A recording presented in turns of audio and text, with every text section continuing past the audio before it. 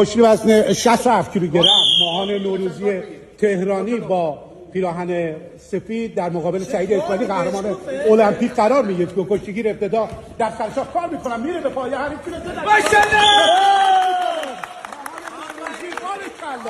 مجید مقصودی دو امتیاز به ماهان میده، میره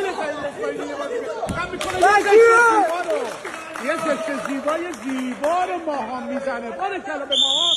4 امتیاز آقای سمنجان، آقای حسین زاده ماهان.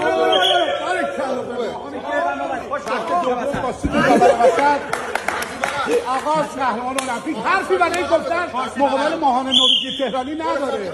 یه بار دیگه رو سر گردن همیشه کار میکنه. ببین ماهان چه کار میکنه.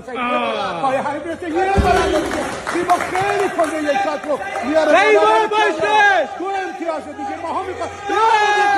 بارکلا ماهان، بارکلا. امتیاز عالی. ماهان نوروزی قهرمان المپیک رو شکست میده.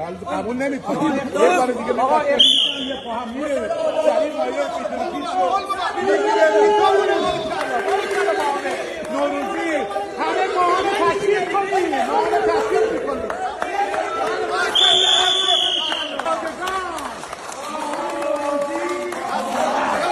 همه یکی تصویر میکنن. یه کنده زیبا رو سعید اسماعیلی میزنه. این بار هم ماهان نوروزی بعد از شکست حسن یزدانی و محمد رضا استاروی نوبت میرسه به سعید اسماعیلی. یه قهرمان المپیک دیگه رو هم شکست میده.